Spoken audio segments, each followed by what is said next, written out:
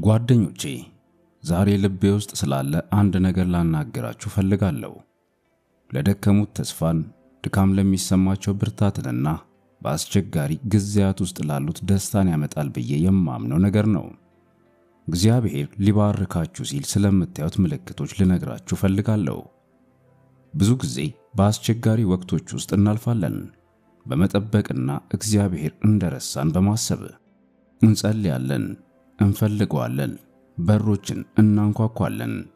ግን ምንም እየተከሰተ ያለ አይመስልም። ሌሊቱ ይረዝማል፣ ሸክሙ ከባድ ነው እና ነገሮች መቼም ሊለወጡ አይችሉም ብለን ማሰብ እንጀምራለን። ግን አንድ ነገር ልነግራችሁ ፈልጋለሁ። እግዚአብሔር ታማኝ ነው። ቃል በገባ ጊዜ ቃሉን ይጠብቃል። ሲናገር ቃሉን ሁል ጊዜ ይፈጽማል እና በሕይወታችሁ የሆነን ነገር ሲጀምር አትጠራጠሩ፣ ይጨርሰዋል። በእውነት ብዙዎቻችሁን እግዚአብሔር መገመት በማትችሉት መንገድ ሊባርካችሁ እየተዘጋጀ ነው። በረከቱ ከመምጣቱ በፊት እግዚአብሔር በሕይወታችሁ ሊንቀሳቀስ እንደሆነ የሚያሳዩ ግልጽ ምልክቶች አሉ። እግዚአብሔር ሊባርካችሁ እንደሆነ የሚያሳየው የመጀመሪያው ምልክት ያልተለመደ ተቃውሞ ሲገጥማችሁ ነው። ጠላት የትም የማይሄዱትን አያጠቃቸውም። ሌባው ባዶ ቤት አይገባም።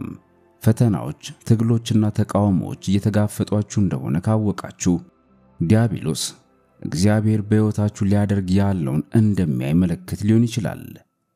ኢዮብ ጻድቅ፣ ታማኝና ቀጥተኛ የነበረ ቢሆንም ከባድ መከራ ደርሶበት እንደነበረ እስቲ ያስቡት። በመጨረሻ ግን እግዚአብሔር ያጣውን በእጥፍ መለሰው። አንዳንዶቻችሁ አሁን በእሳቱ መካከል ናችሁ። እናም እግዚአብሔር የተዋችሁ ይመስላችኋል። እኔ ግን እላችኋለሁ እግዚአብሔር አልተዋችሁም። እሱ እየጠራችሁ ነው። ጠላት በረከት እየመጣ እንደሆነ ያውቃል እና እሱን ለማስቆም የተቻለውን ሁሉ እያደረገ ነው። ነገር ግን አይሳካለትም። ምክንያቱም በእናንተ ላይ የተሰራ መሳሪያ አይከናወንምና። እግዚአብሔር ሊባርካችሁ መሆኑን የሚያሳየው ሁለተኛው ምልክት ሰዎችን ከሕይወታችሁ ማስወገድ መጀመሩ ነው። ይህ ለብዙዎቻችን ከባድ ነው። እግዚአብሔር ሁልጊዜ ከጎናችን ይኖራሉ ብላችሁ ከምታስቧቸው ሰዎች መለየት የጀመረበት ጊዜ አለ። ጓደኞች፣ ዘመዶች፣ የቤተሰብ አባላት ሳይቀሩ መንሸራተት ሊጀምሩ ይችላሉ እና ለምን እንደሆነ ትገረማላችሁ። ጌታ ሆይ የምወዳቸውን ሰዎች ለምን አጣለሁ ብላችሁ ትጠይቃላችሁ። ዛሬ ግን ስሙኝ፣ እግዚአብሔር ለታላቅ ነገር ሲያዘጋጃችሁ በሕይወታችሁ ፍሬ የማያፈሩትን ቅርንጫፎች ይቆርጣል። እግዚአብሔር ወደሚወስዳችሁ ቦታ ሁሉም ሰው መሄድ አይችልምና አንዳንድ ግንኙነቶች ለአንድ ወቅት ብቻ ናቸው። ሰዎች እየሄዱ ከሆነ አታሳዷቸው። እግዚአብሔር እናንተን ለተሻለ ነገር እንዳስቀመጣችሁ እመኑ። አንዳንድ ጊዜ ቅነሳ ለበዛ ነገር የመጀመሪያው እርምጃ ነው። እግዚአብሔር ሊባርካችሁ መሆኑን የሚያሳየው ሶስተኛው ምልክት በመንፈሳችሁ ረፍት እንድታጡ ያደርጋል። ይህ በነፍሳችሁ ውስጥ ይሰማችኋል። ለበለጠ ነገር እንደተፈጠራችሁ ታውቃላችሁ። በአንድ ወቅት በሚያስደስቷችሁ ነገሮች ላይ ፍላጎት ማጣት ትጀምራላችሁ። ልባችሁ ታላቅ የሆነ ዘላለማዊ ነገር መፈለግን ይጀምራል። ወዳጆቼ፣ እግዚአብሔር ሊባርካችሁ ሲዘጋጅ ባላችሁበት ቦታ ያውካችኋል። እሱ ካሰበላችሁ ባነሰ ነገር ውስጥ እንዳትቀመጡ መንፈሳችሁን ያነሳሳል። አንዳንዶቻችሁ አሁን እንደዚህ እየተሰማችሁ ነው። እናንተ ልትገልጹት አትችሉም። ነገር ግን እግዚአብሔር ከፍ ከፍ ላለ ነገር እያዘጋጃችሁ እንደሆነ ታውቃላችሁ። ከጀልባው ወጥታችሁ በውሃው ላይ እንድትሄዱ እየጠራችሁ ነው። ያንን እረፍት ችላ አትበሉ። ለሚመጣው ነገር የሚያዘጋጃችሁ የእግዚአብሔር መንገድ ነውና። እግዚአብሔር ሊባርካችሁ እንደሆነ የሚያሳየው አራተኛው ምልክት እምነታችሁን መፈተኑ ነው። እግዚአብሔር ሊባርካችሁ ያሰባቸውን ሰዎች እምነት መፈተሽ እንዴት ይወዳል! አብርሃምን ተመልከቱ። እግዚአብሔር ወንድ ልጅ እንደሚወልድ ቃል ገባለት። ይስሐቅም በመጨረሻ በተወለደ ጊዜ እግዚአብሔር አብርሃምን አንድ ልጁን እንዲሰዋ በመጠየቅ ፈተነው። እንዴት ያለ ፈተና ነው! አብርሃም ግን ታዘዘ። በእምነቱም ምክንያት እግዚአብሔር ከመጠን በላይ ባረከው። አንዳንዶቻችሁ እምነታችሁ በሚፈተንበት ወቅት ላይ ትገኛላችሁ። ነገሮች ለምን እንደተከሰቱ አይገባችሁም። እኔ ግን ልንገራችሁ፣ እግዚአብሔር ምላሻችሁን እየተመለከተ ነው። የተስፋውን ቃል ማየት በማትችሉበት ጊዜ ታምናላችሁ። በዙሪያችሁ ያሉት ነገሮች ሁሉ ሊርቋችሁ ሲሉ በሱ ትታመናላችሁ። ይህን ፈተና ካለፋችሁ በረከቱ ጥግ ላይ ናችሁ። እግዚአብሔር ሊባረካችሁ እንደሆነ የሚያሳየው አምስተኛው ምልክት ድንገተኛ ዕድሎችን ይሰጣችኋል። አንድ ቀን ዮሴፍ ታስሮ ነበር። በማግስቱም በፈርዖን ፊት ቆመ። አንድ ጊዜ ዳዊት በጎች ይጠብቅ ነበር። ቀጥሎ ደግሞ ንጉሥ ሆኖ ተቀባ። ጊዜያችሁ ሲደርስ እግዚአብሔር ማንም የማይዘጋውን በሮች ይከፍትላችኋል። እሱ በትክክለኛው ጊዜ ከትክክለኛ ሰዎች ጋር ያገናኛችኋል። አንዳንዶቻችሁ ለዓመታት ስትጠብቁ ኖራችኋል እና ምንም እየተፈጠረ ያለ አይመስልም። እኔ ግን እላችኋለሁ፣ እግዚአብሔር ሲንቀሳቀስ በድንገት ይንቀሳቀሳል። ታማኝ ሁኑ፣ የእርሱን ጥሪ አድርጉ። ጊዜው ሲመጣ በፍጥነት ይከሰታል እና ወደ በረከቱ ለመግባት ዝግጁ መሆን አለባችሁ። እግዚአብሔር ሊባርካችሁ እንደሆነ የሚጠቁመው ስድስተኛው ምልክት እሱ የገባውን ቃል በጨረፍታ ማየት መጀመራችሁ ነው። እስራኤላውያን ወደ ተስፋይቱ ምድር ከመግባታቸው በፊት ሰላዮቹ ገብተው ወተትና ማር የምታፈሰውን ምድር ተመለከቱ። በረከቱ ከመምጣቱ በፊት እግዚአብሔር ብዙ ጊዜ ቅድመ እይታ ይሰጣችኋል። ትንሽ ግኝቶች፣ ትንሽ ማረጋገጫዎች፣ እሱ እየተንቀሳቀሰ መሆኑን የሚያሳዩ ምልክቶችን ማየት ትጀምራላችሁ። ምናልባት አንድ ሰው በሕይወታችሁ ውስጥ አንድ ቃል ይናገራል። ምናልባት ትንሽ በር ይከፈታል። እነዚህን አፍታዎች አታስመልጡ። እነዚህ ምልክቶች እግዚአብሔር ከበስተጀርባ እንደሚሰራ፣ ለበረከታችሁ ነገሮችን እንደሚያዘጋጅ ነው የሚያሳዩት። እነዚህን ብልጭታዎች ያዙ፣ ምክንያቱም የሚመጣው ነገር ማስረጃዎች ናቸውና። እግዚአብሔር ሊባርካችሁ የሚጠቀመው ሰባተኛውና የመጨረሻው ምልክት በማይናወጥ ሰላም ይሞላችኋል። ምንም እንኳን ነገሮች ትርጉም በማይሰጡበት ጊዜ፣ ማዕበሉ በዙሪያችሁ በሚናወጥበት ጊዜ እንኳን ከሁሉም ማስተዋል በላይ የሆነ ሰላም ይሰማችኋል። እግዚአብሔር እንደሚቆጣጠር በልባችሁ ታውቃላችሁ። ይህ ሰላም ጦርነቱ ድል እንደተነሳ፣ ግኝቱ አስቀድሞ በመንገድ ላይ መሆኑን የሚያሳይ ምልክት ነው። አንዳንዶቻችሁ ተጨንቃችኋል፣ ፈርታችኋል። ነገር ግን እግዚአብሔር ዛሬ ይላችኋል፣ ዝም ብላችሁ እኔ አምላክ እንደሆንኩ እወቁ። ያንን ሰላም ሲሰጣችሁ ምንም መንገድ የሌለበት የሚመስልበትን መንገድ ስላዘጋጀ ነው። ጓደኞቼ፣ እነዚህ ምልክቶች በሕይወታችሁ ውስጥ ታያላችሁ። ተቃውሞ፣ መለያየት፣ እረፍት ማጣት፣ ፈተና፣ ድንገተኛ ዕድሎች፣ የተስፋው ፍንጮችና የእግዚአብሔር ሰላም በልባችሁ ሲሞላ ታያላችሁ። ይህ ከሆነ ተዘጋጁ፣ ምክንያቱም እግዚአብሔር ያላችሁ ቦታ የማይበቃውን በረከት ሊያፈስ ነው። ተስፋ አትቁረጡ፣ በመልካም ሥራ አታክቱ። የእናንተ በረከት ከምታስቡት በላይ ቅርብ ነው። በጌታ ታመኑ፣ የገባውን ቃል አጥብቃችሁ ያዙ እና እሱ ከምትጠይቁት ወይም ከምትገምቱት ነገር በላይ ትልቅ ነገርን ሲያደርግ ተመልከቱ። ዛሬ የብዙ ልቦችን ጩኸት እሰማለሁ። የተሸከማችሁትን ሸክም፣ ያላችሁን ጥያቄዎች፣ ማለቂያ የሌላቸው የሚመስሉ ትግሎችን አይቻለሁ።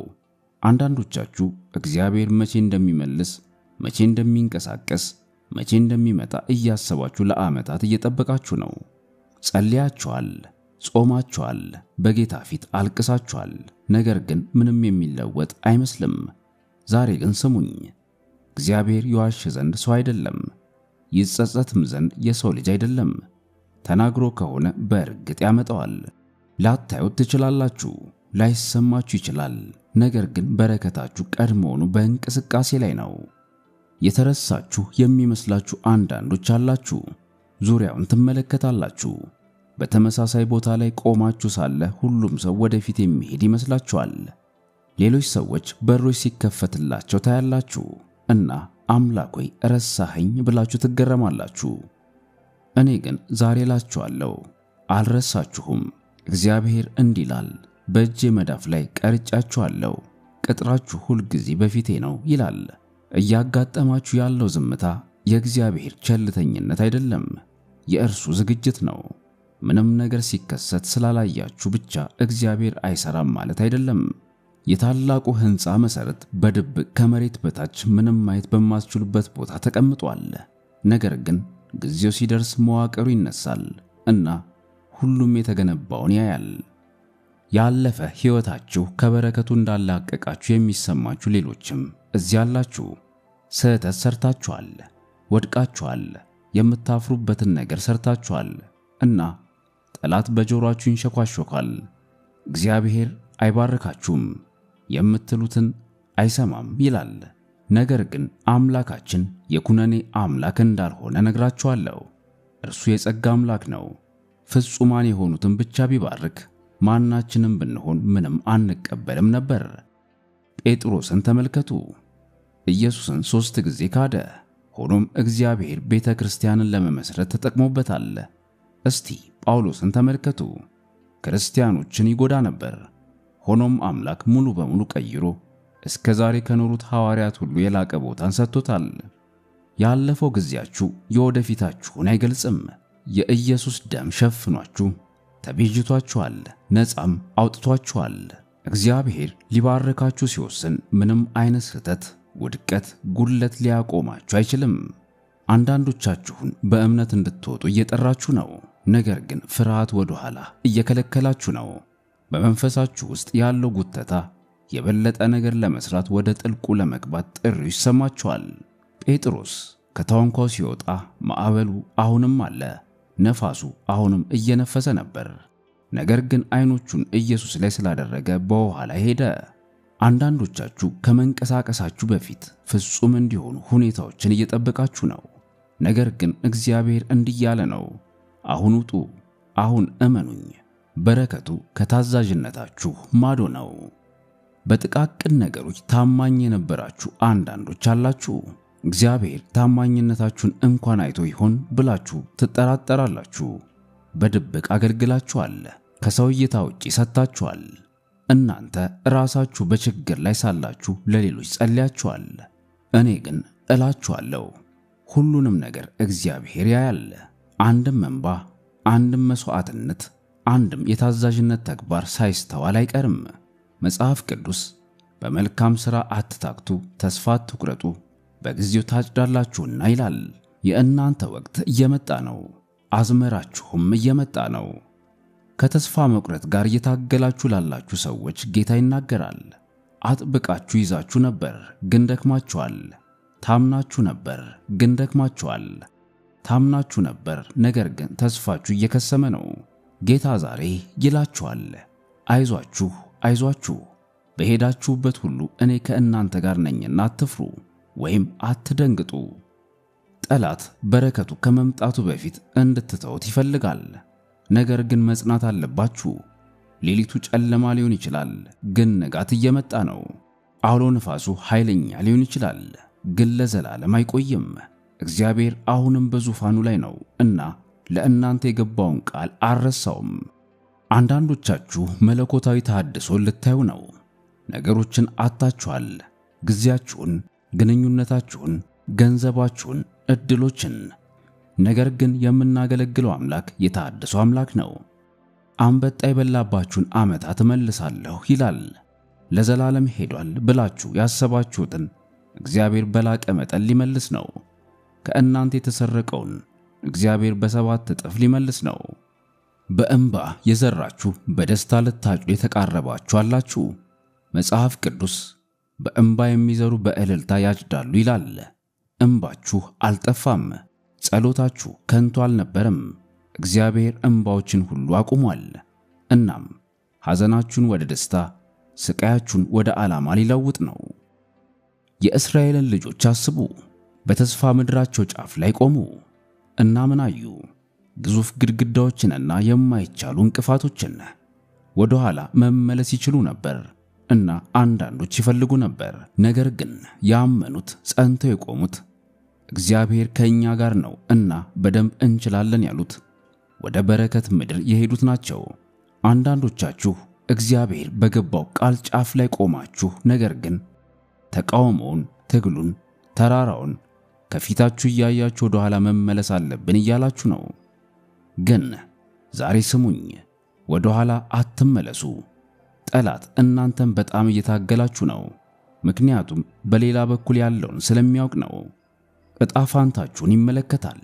እግዚአብሔር ለእናንተ ባለው ነገር ውስጥ ከገባ በእናንተ ላይ ያለው ዕቅድ እንደሚፈርስ ያውቃል። ዛሬ በጣም ብዙ ሸክሞችን የተሸከሙ እዚያ አሉ። ያለፈውን የጸጸት ጊዜ የተሸከሙ፣ የመገለልን ሸክም የተሸከሙ፣ እንደዚሁም የፍርሃትን ሸክም የተሸከሙ። ጌታ ግን ይላችኋል፣ ልቀቁት፣ ይሂድ። ሁሉንም ነገር በራሳችሁ ለማወቅ መሞከራችሁን አቁሙ። ኢየሱስ ሸክማችሁ የከበደ ሁሉ ወደ እኔ ኑ፣ እኔም አሳርፋችኋለሁ ብሏል። አንዳንዶቻችሁ ስትጋደሉ፣ ስትገፉ ኖራችኋል፣ እናም ደክማችኋል። ዛሬ ግን ስሙኝ፣ የጌታ በረከት በመጋደል አይመጣም፣ እጅ በመስጠት ነው የሚመጣው። በለቀቃችሁት ቅስፈት፣ ሙሉ በሙሉ እሱን ባመናችሁት ቅስፈት፣ መቆጣጠሪያችሁን ባላላችሁበት ቅስፈትና እግዚአብሔር ሆይ መንገዴን ያዝ ስትሉ ነገሮች መለወጥ የሚጀምሩበት ጊዜ ነው። አንዳንዶቻችሁ ጸልያችሁባቸው እንኳን ወደማታውቋቸው ዕድሎች ልትገቡ ነው። ያላንኳኳችኋቸው በሮች በድንገት ይከፈታሉ። ይረዱናል ብላችሁ የማትጠብቋቸው ሰዎች ከጎናችሁ ይሆናሉ። መለኮታዊ ግንኙነቶች ይፈጠራሉ። እናም በራሳችሁ ጥንካሬ ሳይሆን በችሎታችሁ ሳይሆን በእግዚአብሔር እጅ እንደሆነ ታውቃላችሁ።